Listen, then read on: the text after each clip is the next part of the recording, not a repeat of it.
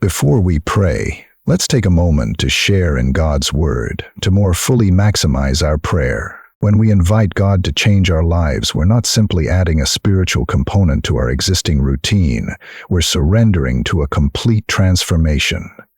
The prophet Isaiah experienced this when he encountered God's glory and confessed, "Woe is me, for I am lost."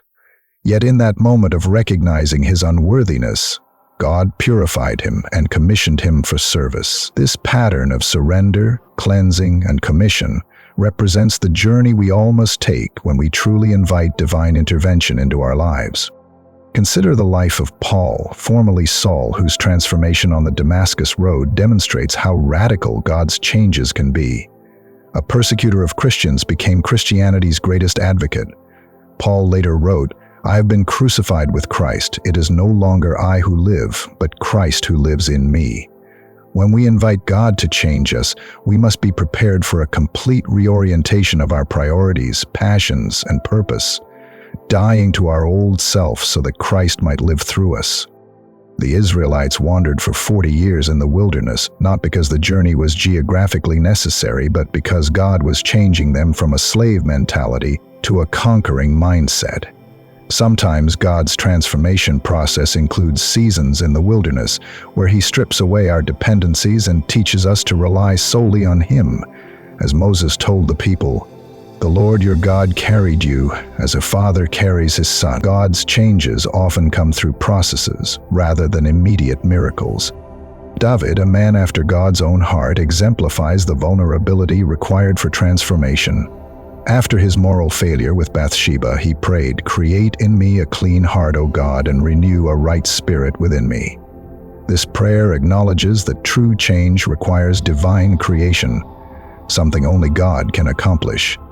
When we invite God to change our lives, we must come with this same humble recognition that we cannot transform ourselves, but must submit to His refining work within us. Now let us pray. Heavenly Father, I come before you today with an open heart and a surrendered spirit. Lord, I recognize that I've tried to navigate life on my own terms, following my own wisdom, charting my own course. And Father, I've made a mess of things more times than I can count. Today I'm laying down my pride, my self-sufficiency, my need to control, and I'm inviting you to take the wheel of my life. God, your word tells us in 2 Corinthians 5:17 that if anyone is in Christ, he is a new creation. The old has passed away. Behold, the new has come. Lord, I am claiming that promise right now. I don't want a small adjustment or a minor improvement. I need a complete overhaul. I need to become that new creation you promised. Take everything that doesn't reflect your glory, everything that keeps me bound to old patterns, and transform it by your mighty power. Father, just like you met Moses at the burning bush and completely redirected his life, meet me in this moment. Just like you encountered Saul on the Damascus Road and turned a persecutor into an apostle, encounter me now. Just like you called Peter from his fishing nets to become a fisher of men, call me to a higher purpose. Lord, I want my life to be a before and after testimony that proclaims your transforming power. God, I know that inviting you to change me means I must be willing to let go of things I've been holding on to. Like Jacob wrestling with you through the night, I've held on to my old identity, my comfortable sins, my familiar limitations. Today, I release my grip. Touch my hip, Lord. Touch that place of my human strength and make me dependent on you. I'd rather walk with a limp in your will than sprint in the wrong direction. Father, I confess that there are areas in my life where I've resisted your touch. I've kept you at a distance, afraid of what you might ask me to surrender. Fear has masqueraded as wisdom.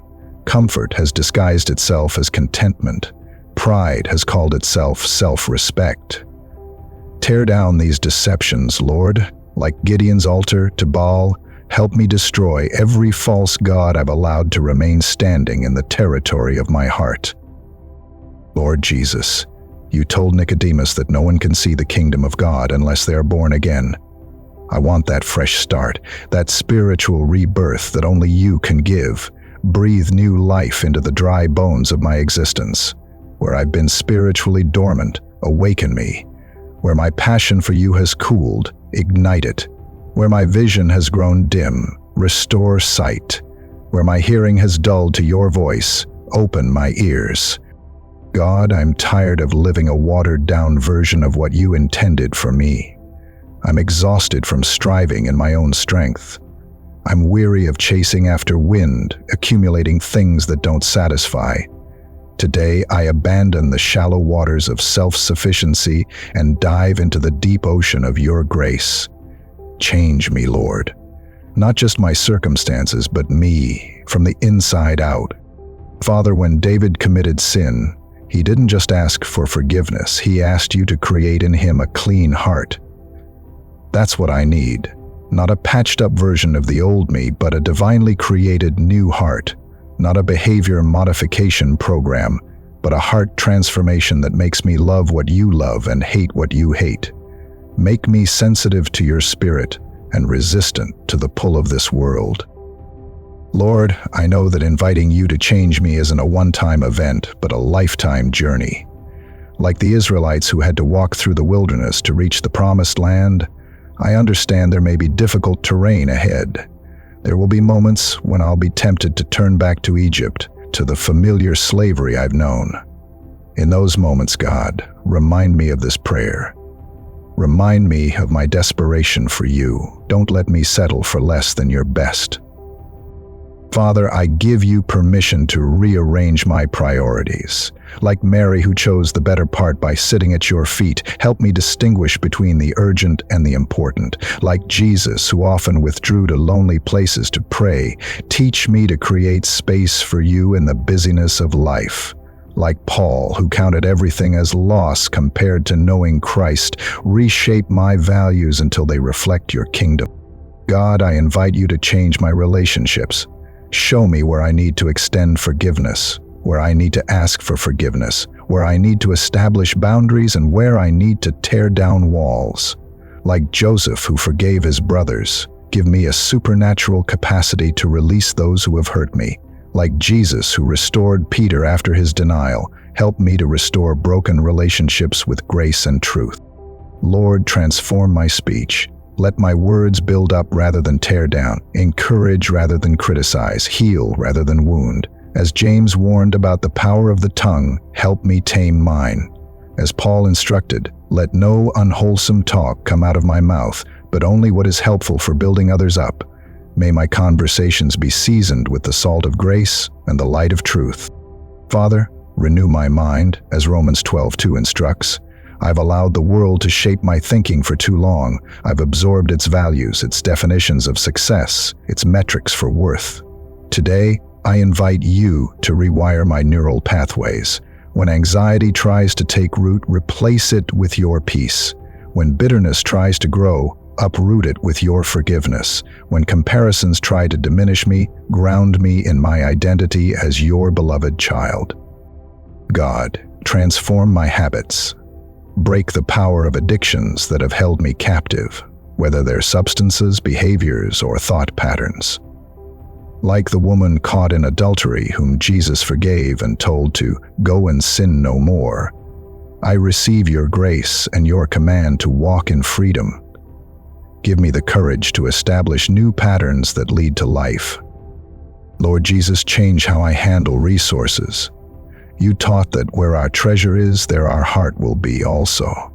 Convict me where I've been stingy, where I've hoarded, where I've indulged in excess while ignoring the needs around me.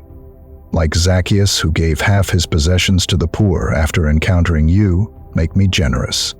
Like the widow who gave her last coins, make me sacrificial. May my finances reflect my faith. Father, I invite you to transform my service. Break me free from the Martha syndrome of busy activity without spiritual depth.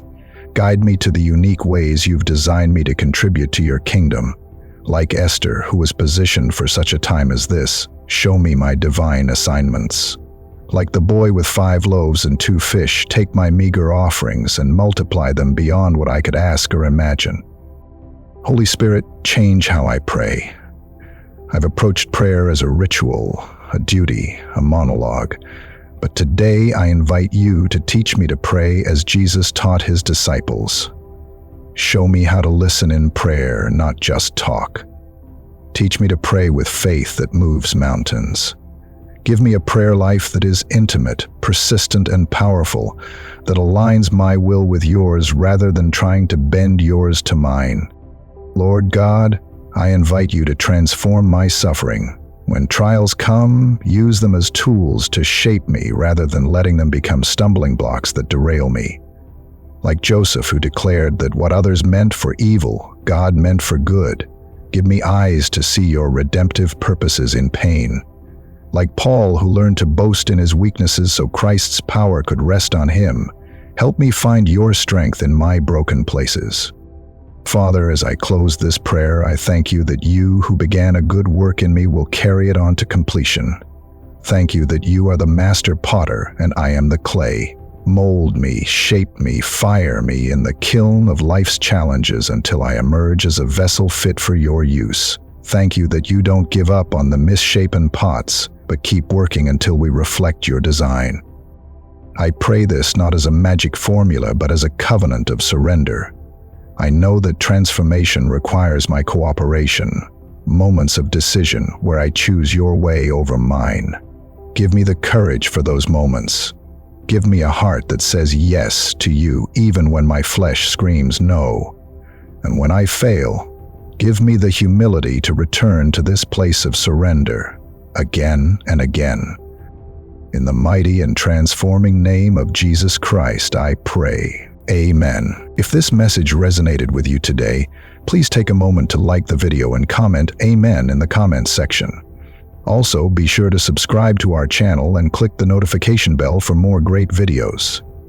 May God's grace and guidance be with you always.